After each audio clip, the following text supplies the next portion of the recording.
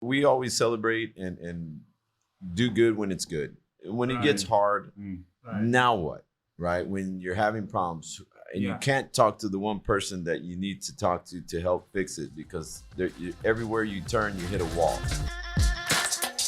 Hi, I'm Dr. Renee Luna, and for the past couple of years, I've been trying to find a space for men to feel heard and seen. I couldn't find it, so I made my own. Welcome to the Luna's Nightcap. So then it said, okay, how do I begin? Well, then unconsciously you start talking to your friends. Right. And this happened, but they have one view of that life. And then you might talk to your parents, your mom. Right. Mom, this is happening. And she's going to have another view of that part, and she's going to be protective of that shit.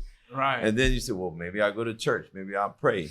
Right. Do I seek a therapist? But as a man, we're stuck in our daily grind, the work, which takes a huge part of that. Yes. If you have kids or family, then that's another huge part of that. Then the finances. So when do you have time for yourself? It's so hard to find time for yourself to fix what you think is wrong, whether it's the other person, and it's really with us, right?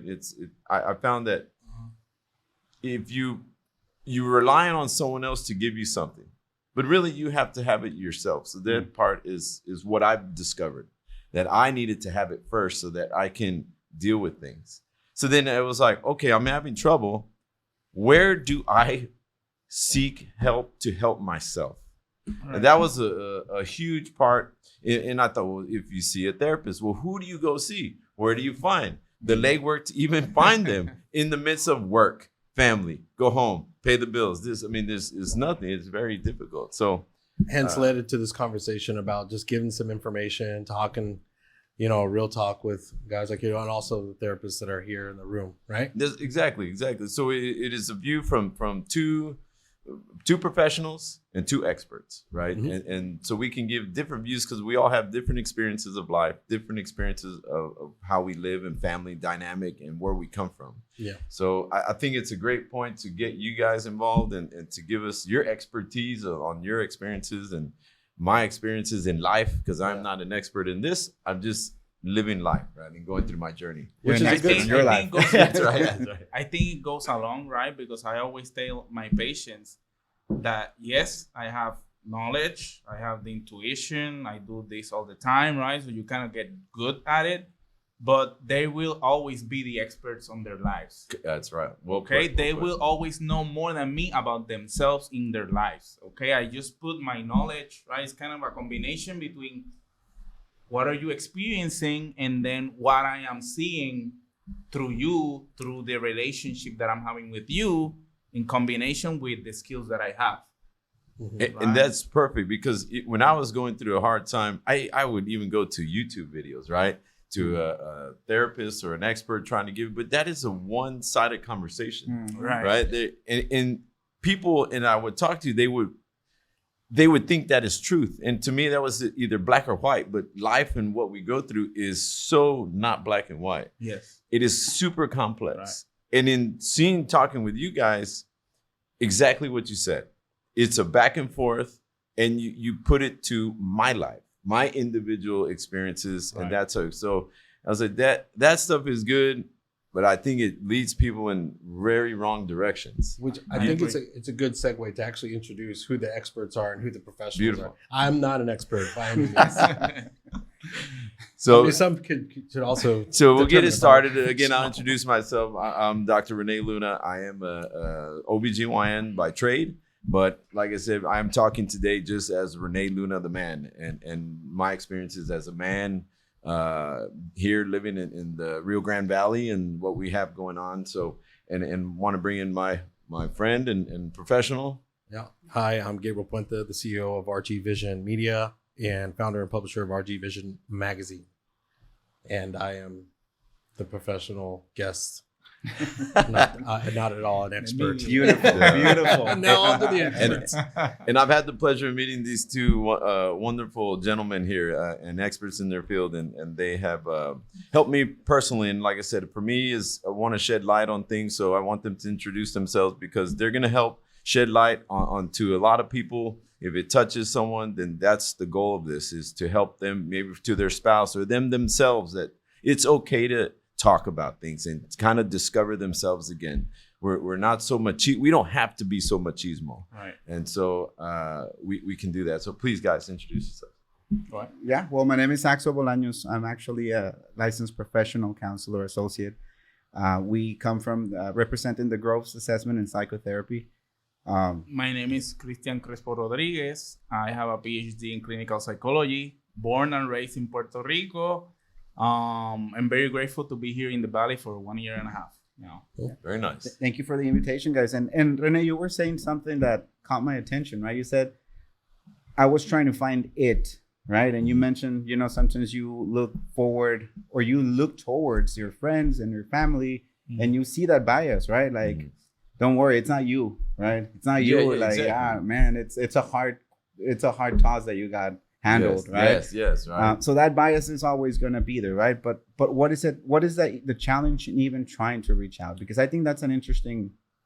Well, in hindsight, looking back, what was I looking for? I'm not sure, but it seemed that it's like being in the car and the wheels getting wobbly, but as you keep going down the road, the wobbling is getting bigger and bigger and bigger. And you start to try to say, you troubleshoot it. Why is this happening? Is it this? Is it that? Is it me? Is it her? Is it work? Is it the kids? And so finding it was trying really to answer my own question. What was it? And have I found it? I still don't know if I found it. But I've discovered a lot of myself and still in the discovery phase. I don't think we ever stop learning about ourselves because as Doc said, there's transitions. And I called it evolution and as I was going, but the transitions fits better because we go through transitions of work, a kid, another kid. So the family grows, you move a house, the finances change, the bills change. Right. So there's always transition, which brings new challenges, new problems. And how do those people deal with those? And so that was the hard part for me, or not the hard part, but trying to figure that as two people are moving together because you're trying to figure out yourself, much as now 2 people, now 4 people, now a business, now 10 people. Right. And so that's a challenge on a man, right? I don't think self-awareness was ever anything that people even thought about, especially men growing up. It's like, hey, you need to learn how to be more self-aware. Absolutely. Right. That's a great point. And you bring an excellent point. Yeah, because when was the last time that you were told to look inside, right? To look inwards. Yeah. Like usually we tend to, something is going on, like, man, who did it, right? How can I fix it? We don't have time to stop and say, what part did I play in this, right? Did I play any part in this? It's just we got to move on and we got to fix. Autopilot all the time. Yeah. Yes. Yeah. And that's the most case for most men, right? We don't have the time. You talk about responsibilities. You talk about family growth, right? New challenges. So that adds even more to the pressure of I don't have a second to look inwards because I got to take care of and then take care of and then help this person take care of themselves, right? Like it's never enough time for you to look inside or stop for a second. Have y'all found any experience that because the men are so much on autopilot, the first low-hanging fruit was, well, it's somebody else's fault, or maybe passing the buck or the blame and trying to, I don't know if they do that, subconsciously, but apparently it's just, always pointing the fingers like, hey, it's somebody else's fault. I think we all tend to do that, right? Like that's a very common defense mechanism. You get fired, right? They were assholes, right? Like, man, like only because I got late here 5 minutes, like, Yeah. But then if you actually stop and say like, wait, okay, what's 5 minutes now? But also last week I had another thing, right? But it's because I had so much things to do. Well, yeah, they're justified in your mind, right? But what's your first instinct? I don't need them, they're lost kind of thing, right? Yeah. But it's the same if you put that at a larger scale, right? We always tend to do that, right? It's a defense mechanism, which it takes a huge level of awareness to before pass judgment say, okay, what part did I play? Right? Yeah. Right. Yeah. Because we were just talking about the whole FOMO conversation, offline before we got into this. One of my buddies is in a relationship, with this girl. Everything seems great. I called him about a week and a half later. How's everything's going? So I don't know if it's going to work out. Because I was like, why? What's going on? It's like, I can't handle. She's getting jealous. I was like, why is she getting jealous? Well, she's jealous because I was, it's part of my job is to follow people on, Instagram, or like I have to be aware of what's going on. And she was like, well, what, do you have to follow these girls on Instagram? And he was like, why? And so it was like somewhat almost justifying. And look, I've done that too in my past. I've always justified certain things that I've done to make me feel better. And like, hey, I have to do this because of X, Y, and Z, without really taking a step back. It's like, okay, wait a minute. Do I have to? And what's the cause and effect if I do? And I'm willing to give that up to maybe travel down that path with this specific, particular person. And to what you were saying, in that example, that person, and we do that, we're talking about the you thing you're doing, not me. What am I doing different, right? And that is the hard part for us, just as we are moving so fast. Because it brings pain to our own choices, right? We don't want to feel our own pain. We it's easier, and again, I get it. I mean, we all do it sometimes. Sometimes it's right? But taking responsibility of my choices is painful too. I mean, it's a lot more beautiful to be a victim, isn't it? It's easier. It's more fair, right? It's easier. Yeah. And to put an even larger scale, Gabe, to what you were saying, talking about your friend, right? You have a lot of factors in here, right? You said like, hey, she's jealous, she's controlling even maybe, right? And what we don't tend to look, right, sometimes is the unconscious fighting, right? First of all, you have your own unconscious beliefs, where it could not be about Instagram and followers, right? It could be about, I don't want to lose control. I don't want to sacrifice anything, right? And then you add the other person's insecurities, right? Like, I don't want you to follow anybody because of my own issues, right? Like, so there's a lot of uncovered things, a lot of layers. And if none of those people, right, like neither party takes some time to look inward, you're toasted. Like you're just gonna go on adding more and more stress to it, and it never ends. And they just repeat the cycle, right? Exactly. The cycle just repeats and repeats. People are used to having those conversations. I mean, it's there you go. That's where a lot of times, especially me and the way I was growing up. I mean, people don't know how to manage conflict resolution. No. It's just sweep it under the rug. Yeah. Laugh it off maybe a week later. And so, how do you train somebody how to do that, especially after they've been having this pattern for about 25, 30 years of never, ever having to do that? Well, it's even deeper than that, right? As a man, tell me when's the last time that you first had the courage to reach out and say, hey, bro, I'm feeling insecure about my girlfriend. No, ever, right? Like that doesn't happen at all. You go to a barbecue, drinking beer, all that, and say, guys, but, my heart. Rene, that's an important thing. You see what you just did right there, right? Yes. That's the stigma of it, right? Like, it's like, how do I even bring this up, right? Like, in a conversation. Right. So that's the first, like, you're not used to it. It's not a common thing, right? Look at our initial reaction as a man. Exactly. we want to make a joke. It's like, it's not funny. Because in tying it back to what Rene said before, right? You look to your friends and it doesn't go like that. It goes like, man, this whatever girl, right? Like wants to control me. And what's your advice as a friend? Forget her. Go talk to this Get girl. another one. So then that feeds into the problem. You're like, okay, you're right? Then you go to your other friend. Man, like this is happening. You don't need that, bro. Like you're good. Like you don't need to go through that. Okay, well, you're right. Maybe I don't need to go through. Maybe I am the victim after all. Right. And those things stay there and they stay buried inside. I had an open and honest conversation with somebody who was going through something that I actually had to go through, right? Personally. And it's almost like going through a forest, and then you hit a bear trap. It chopped off my leg, and so some of my friends are probably going through the same forest. I said, hey, before you step down this, I want to let you know there's a bear trap there, okay? Right. So don't do that. Well, it's hard to be, I feel a little bit more open and I have a little bit more confidence in being open and being honest with them in those situations because, where I'm at now. Where before I wasn't, because internally I just, who am I to say anything? Because I almost felt like I was somewhat being hypocritical. But when I get to that point where I can actually do that, I did it. He was like, I'm going through this. I was like, don't do that. You're wrong. I'm sorry. I love you, but that's not right. I haven't. He never called me back. Wow, it's not what he never wanted to called hear. me It's back. not what he wanted to hear. Yeah, But I love him, and I say, hey, look. But that was for the open. best. That was for the best. I'm always honestly. here. But he, I mean, he took it. He took it. He's like, yeah. And then after that, never. Goodbye, right? Because we don't want to hear that. No. We're not used to that, and that's what I'm saying. When do you go to somebody? And sadly, even your, let's say, parents, we turn to our families sometimes. Man, this happened. When do you actually get? Well, what do you do about it? What part did you play in it? Right? Could it be that you're wrong? No.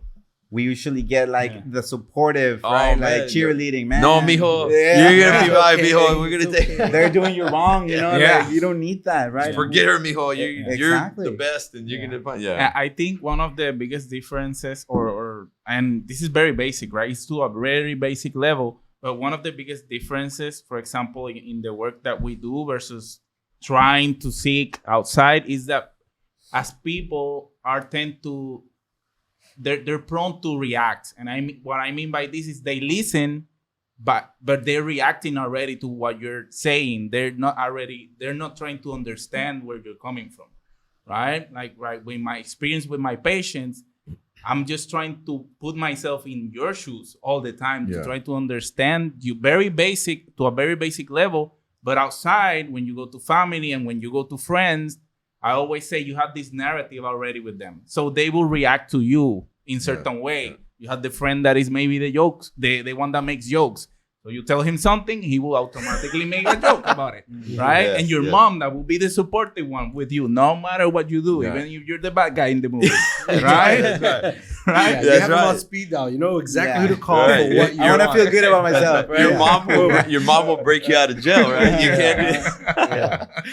And to that, and I was gonna ask you guys. Okay, so we're stuck in. We have, and those support groups are great, right? But I've discovered you have to step out of that environment. And talking with you guys in the office is a pure reflection time, because you're out of work, you're out of the house, you're out of the barbecue, you're out of playing golf. You are in a place where all that noise goes down. You're reflecting on yourself. You're bouncing ideas off of you. You guys are giving us these ideas, and that is when you say, "Oh man, okay, it's me now, and it's my thing." So then, how do we help a man find that, right? Where does it start? His partner just yelling, and you don't need this, you're not a man.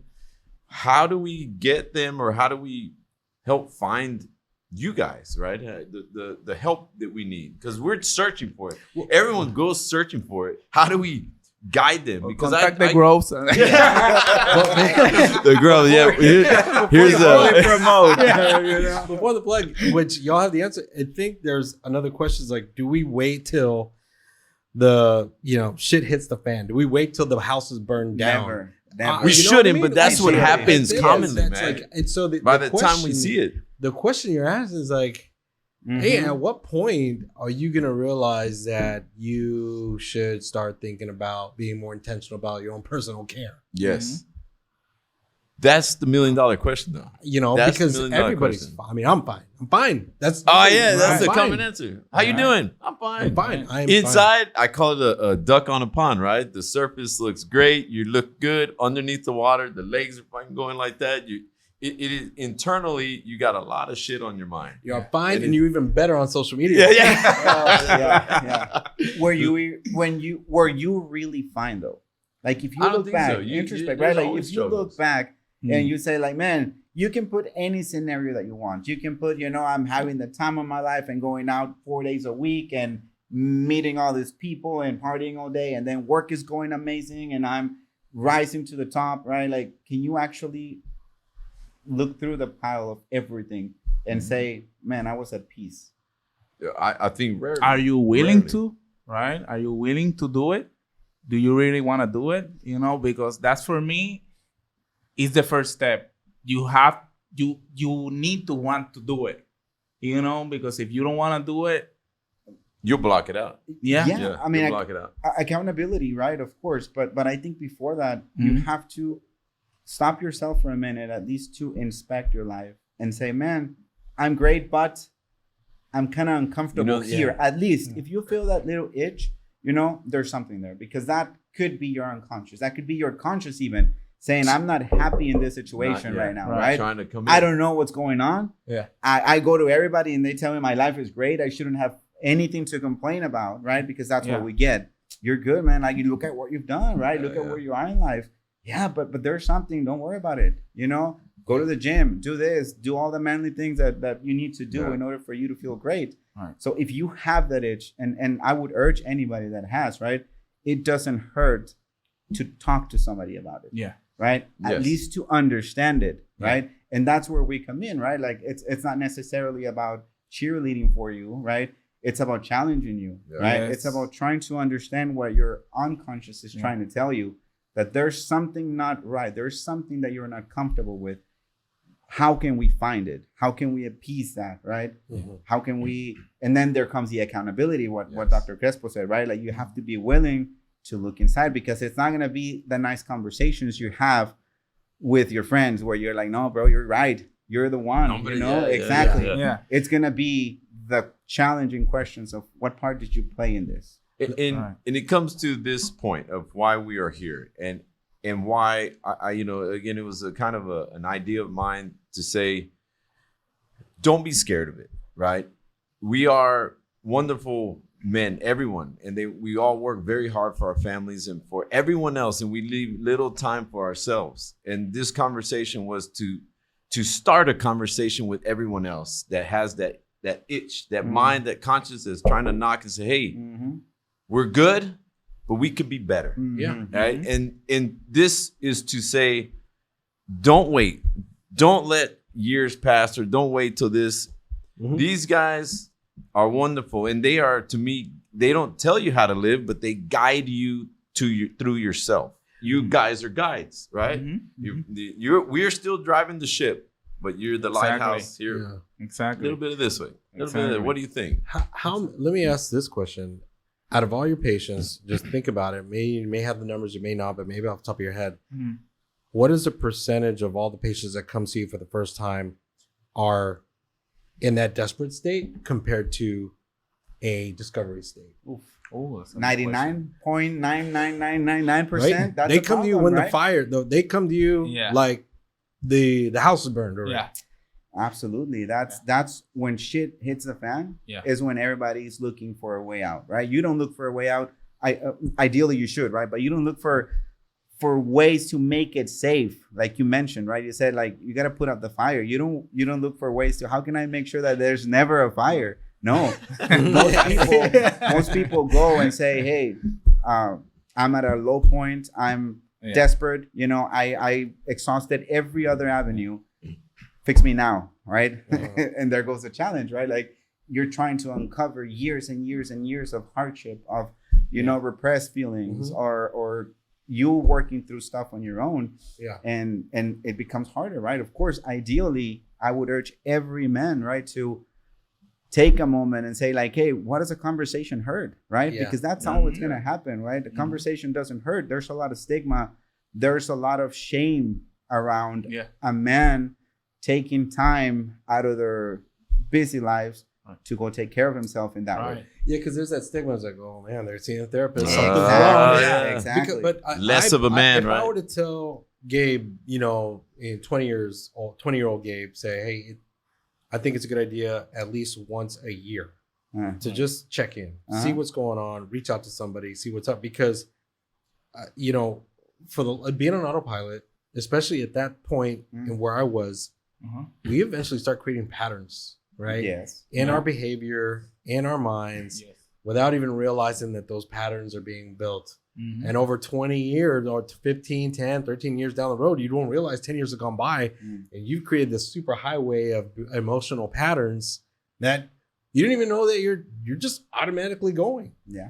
And not knowing, it's not fixing anything because you still feel the same at the end of the day. And that's why you keep doing the same things over and over. Yeah. And it's a maladaptive behavior, right? Like, so you're talking about your mind creates ways for you to cope with things that you don't want to cope with, that you can't handle on your own, right? As opposed to, hey, I'm feeling this vulnerable about this situation. you create this defense mechanism of, I'm just going to walk away because I don't have time for your bullshit. Yeah. Right. Yeah. I'm a busy man, like, let me just walk away right now. And you start getting really good at it. Right. And you believe yourself and you believe, man, I don't have time for this. I really don't have time for this. I got to keep going. And then you become a master of avoiding problems. You become a master, like you said, right? These patterns that we do, you don't even realize them anymore. At a point, they're just automatic. Oh, yeah. I know some of these masters. Hey, well, at least I've you can say you're great at a lot of things. But, it's anyway. That's funny. Man. Yeah, and that's the thing, right? I see you, I guess, self-reflect a little bit on that, right? If you think back on it, we all have them. We all have those moments that you said, oh, shit, that's what it was. I thought I was just this kind of way. Yeah. I mean, talk about so there's the masters and then there's enablers. Mm-hmm. Right? There's people who, without them even realize it, look, I also have a family. I'm the youngest of 7. And I know there's issues within families. We all have that cousin or we all have that brother. We have that person. We love them. But at some point, I don't know how we get to the point that we've enabled them to still do what they're still doing. But we do it. I don't know why. I don't know. I mean, but there's something to be said about the enablers and understanding how to identify whether you're an enabler or not. But if you think about it, right? If you cannot bring yourself to look at yourself in an objective way, how do you expect to help other people, right? And that's a mistake, man. Like, think about, you mentioned 20-year-old Gabe, right? Could he have given wise advice? Could he have given the proper advice to somebody? No. Yeah, because one of my brothers, he said his brother-in-law was an alcoholic. He said, I wasn't going to listen to anybody. I had all the help in the world, but I didn't shit. I was going to keep on doing what I was doing. But he had to make the decision. It wasn't until I was ready. Exactly. So it's like, but at that point, it's like, it's difficult. Yeah, you're just stuck. And again, this is why we're talking, is to help us men. This is the side of life from a male's perspective. There's not much help for us. And these beautiful doctors come into play to help guide us. And that's what, if you are feeling anything, find that. Start the conversation, like you said. At least just start it, because it's different from your friends. And there's nothing. Friends are great and they're beautiful to have, but it's biased. It is. Yeah. You need to look. And if you have those great friends that can open a door here and there, then beautiful. But you need that environment, that guide, like you guys, and just start the conversation. And you'll discover a lot about yourself, and you'll be a better man for it. You will. And then you can help. As much as we want to save everyone and help everyone, the better you are, then you can help many, many people. Exactly. Yeah. Exactly. Hey, Dr. Luna, were there any times, and be honest, that you had a therapy session with these guys and like, fuck that, I don't want to go today? Never. Now, and I enjoy talking. I'm curious, because there's sometimes people will go to your office and you may see them like 1 or 2 sessions and they're like, no, I don't want to be here. So I enjoy it. At first, it was a lot of help and I called it, you're in a desert and you have no direction. Where do you go? And you're on autopilot, because we're professionals and we're going to do our job. And I love what I do. And it is a passion of mine. And I'll protect it with all my heart. But then there was little for Renee, the man, the person, right? And so I needed to find the direction in the desert. And then all of a sudden, there was a light. And I knew I'm going to walk this way versus, fuck, I'm just wandering the desert and I have no idea where I'm going. Right. So that's where these guys come in to help. And now that you're stronger, you're at the mountaintop and everything's flowing from you and everyone's benefiting from you. And that's the man stuff. I think I only asked that question because sometimes it's hard for people to put the mirror in front of themselves. That's kind of what I was getting to. That's all. So in the beginning it was that. Now it's continuing to give myself an arsenal to deal with things, right? We all want the latest iPhone in the car with the top stuff. Why? Because it comes with all these options that you can use for anything, right? So why do we sell ourselves short and have just one mode? No, we need it all. We need all the modes so we can handle every situation that comes up. Yeah, I'm always on fifth gear, bro. 100%. No, let's go. But this is an important point you touched, Rene, right? You said, I need this. I need to look inside, right? Like you said, never, because I need to learn what's going on. And not everybody is at that stage. Not everybody has the courage, right, to do it. Look at yourself. You talked about a lot of hardships before. Were you brave enough to do it before, right? Were you brave enough to say, I need help before? And a lot of time, I think us being a male and a man works against us because we say, I can do it. Exactly. I can do it. Exactly. I got it. Yeah. I'm a badass. I'm this. I can handle I've done it. this and this and this, and I can do it myself. Yeah. So it took Until a lot you of get courage. punched in the face and you're like, okay, You I hit get rock it. bottom. Well, it took a lot of punches, and it took a lot of courage for you to actually say, you know what, let me go and talk to somebody. And it goes back to the same. A lot of people are not ready to handle that yet, right? And a lot of people do. It's kind of like you talked about a friend of yours that said, thank you, later. I'm not ready to hear this yet, yes. Yeah. right? Yeah. It's not me yet, Yeah. until it is. But you touched him because he didn't call you back, so he kept thinking about it. That's a great point. If a great not, he will be talking to you like nothing happened. So something in him, you touched something in him that maybe he didn't want to, touch. Oh, it was a straight up ball session in the bar. Yeah. I was like, what happened here? But I was just being honest. But that's a great point because, it's a reflection. It's like, well, I don't like Gabe anymore. I mean, the thing He's is, too real. I mean, it's being unapologetically loving with somebody. I love you, and I don't want to lie to you, but this is the truth. And sometimes people are ready to hear. But you do it precisely because of that, because you love him, right? Yeah, you That's care, what you true care. friends do. Yes. Too. Yeah.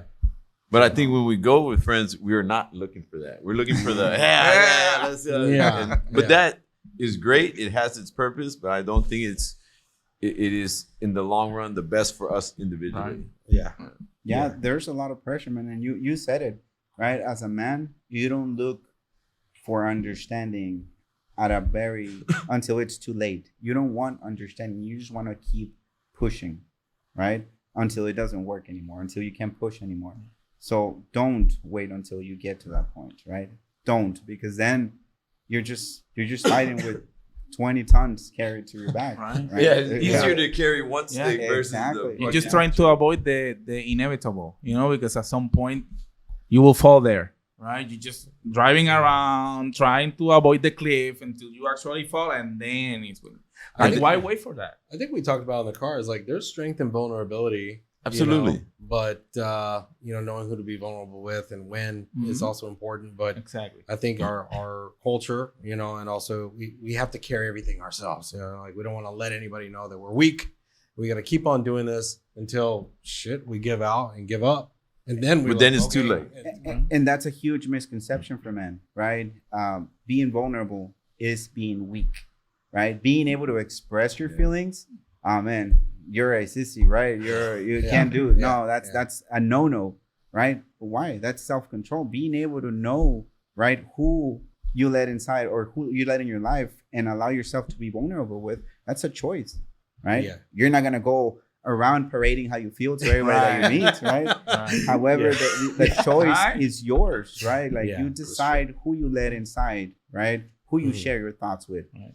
And that can be unburdened. That alone, right? Like the allowing yourself to be vulnerable when you decide to. It's a huge part of being a man, right? Being able to control that. Yeah. But we don't let it in, right? And we don't let it in. We need to a little bit. And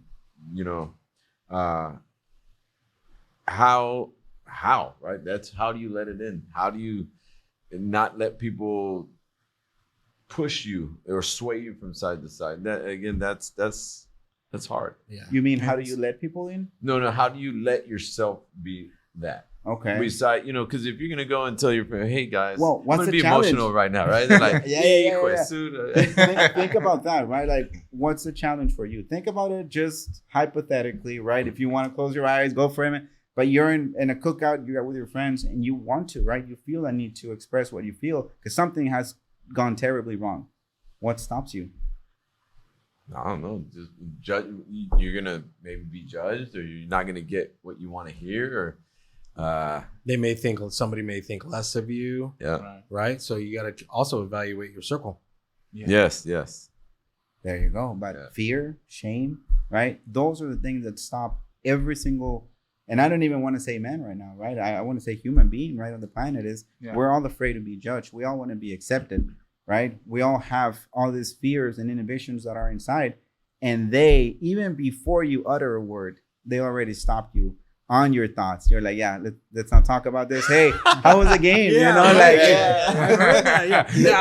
let's talk about something. Let me make a joke. Okay, I'm gonna just put my feelings in. Exactly, right?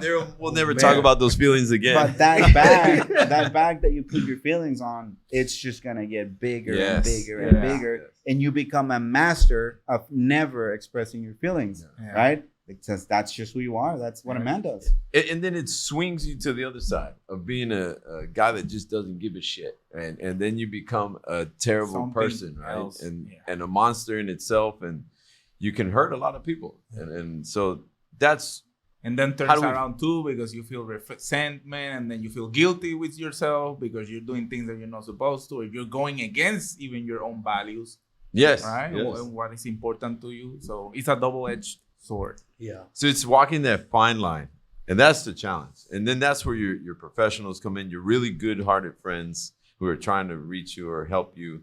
That's the challenge of walking that fine line as a man and juggling all the shit we got to juggle. And you just said something that takes people years to realize. You said, you become a master, right?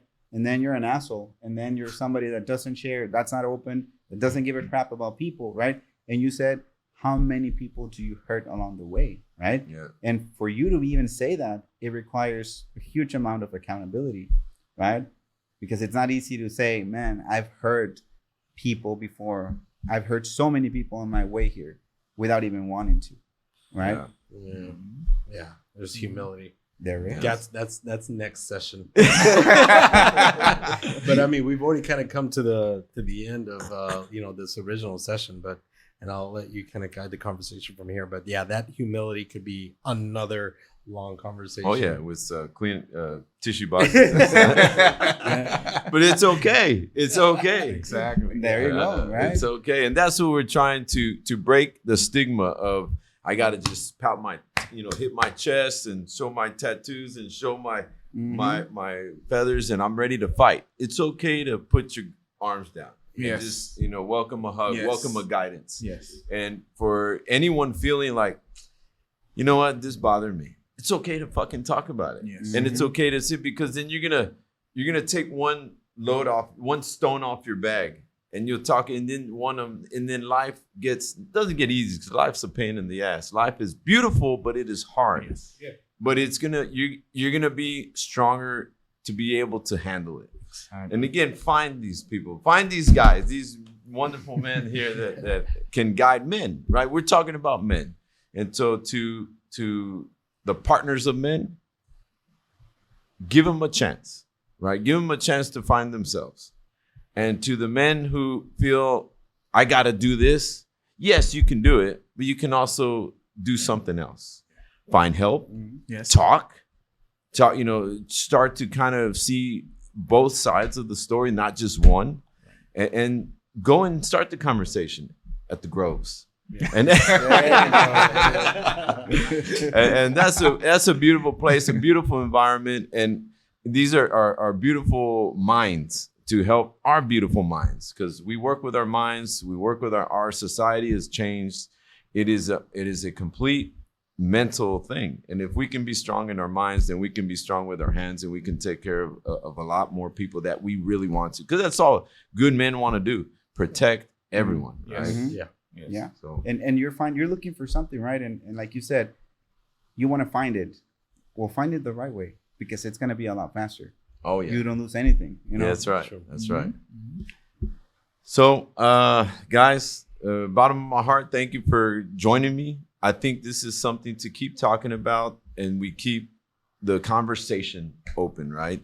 And we're gonna come up with more specific topics. This is our pilot session to kind of kickstart our ideas and kind of kickstart the consciousness to men and out there. And gentlemen, from the bottom of my heart, thank you for joining me and thank you for talking with me. And at the Groves, yes, you guys, this is the place, and it's a beautiful place to kind of just start a new life. And we always transition, as Doc said. I called it evolution, but transition, because life always transitions. Together, right? They do. We do change. We're not 20-year-old. Right. We're not then 30, and then we're 40, and then everything changes. So it's never too late. It's never too late.